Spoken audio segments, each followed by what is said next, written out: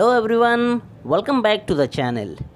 In this video we will discuss about basis of accounting. ठीक है, इस video में हम बेसिस ऑफ अकाउंटिंग को डिस्कस करेंगे. There are two basis of accounting. Accounting के दो बेसिस है. Number 1 cash basis and number 2 accrual basis. ठीक है, तो हम देखते हैं कि कैश बेसिस क्या है और एक्रूअल बेसिस क्या है. तो देखिए कैश बेसिस.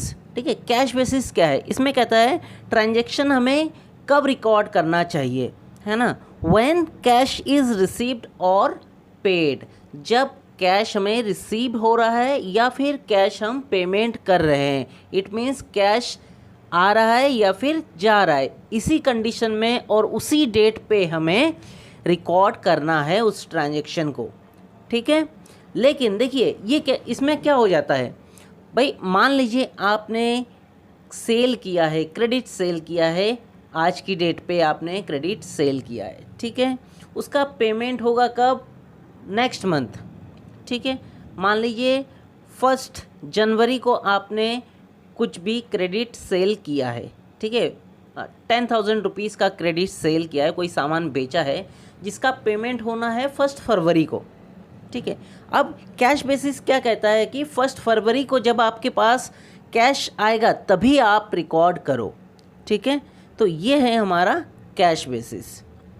ठीक, दूसरी तरफ हमारे पास है एक्रूअल बेसिस. ठीक है, एक्रूअल बेसिस क्या कहता है कि ट्रांजैक्शन को कब हमें रिकॉर्ड करना है. Period in which they occur.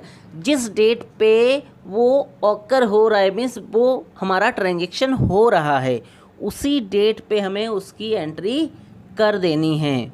It means मान लीजिए 1 जनवरी को आप राम को माल सेल कर रहे हैं कुछ भी, और वो पैसा देगा फरवरी में जाके, लेकिन आप जिस डेट को उसको बेच रहे माल, आपकी एंट्री उसी डेट में हो जाना है. ठीक है, तो देखिए ये था हमारा कैश बेसिस और एक्रूअल बेसिस. अब इसमें से कैश बेसिस में कुछ कमी है. वो क्या है कि आपने आज माल बेचा है और अगर उसको रिकॉर्ड नहीं करते हैं, ठीक है ना, तो जो कॉन्सेप्ट में मैंने एक टॉपिक आपको बोला था, मैचिंग कॉन्सेप्ट. ठीक है ना, मैचिंग कॉन्सेप्ट क्या कहता है कि रिवेन्यू और एक्सपेंस का मैच करना है ना. तो अगर आप कैश बेसिस पे रिकॉर्ड करते हैं तो रिवेन्यू और एक्सपेंस का मैच नहीं हो पाएगा. मान लीजिए इस महीने में आपने बेचा है बट पैसा नहीं आया है. ठीक है ना, तो आप पैसे में नहीं दिखाएंगे. या फिर इस हमारा जो अकाउंटिंग ईयर है इस साल का, मान लीजिए आपने कुछ परचेज़ किया है, 31 मार्च को हमारा बैलेंस शीट बनना है, तो आपने इस साल में किसी भी मंथ में, साल के पूरे साल के बीच में कभी भी आपने सेल किया है बट उसका पेमेंट नहीं आया है. ठीक है, अब अगर आप रिकॉर्ड नहीं करेंगे उसको, मान लीजिए वो उसका पेमेंट होगा नेक्स्ट ईयर, है ना, लेकिन रिकॉर्ड तो हमें इसी साल करना है, तभी तो हम देखेंगे कि हाँ हमने कितने माल, हमने पैसा कितना लगाया था, उसका कितना पैसा आया है या फिर आना है. उसके हिसाब से हमें प्रॉफिट या लॉस का पता चलेगा.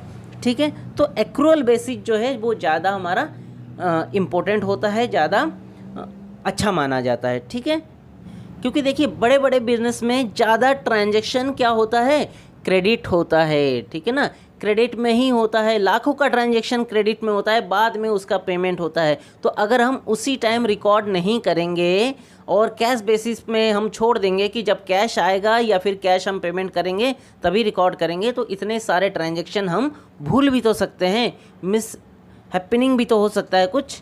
ठीक है ना, तो ये हमारा था basis of accounting, cash basis and accrual basis. ठीक है, ओके.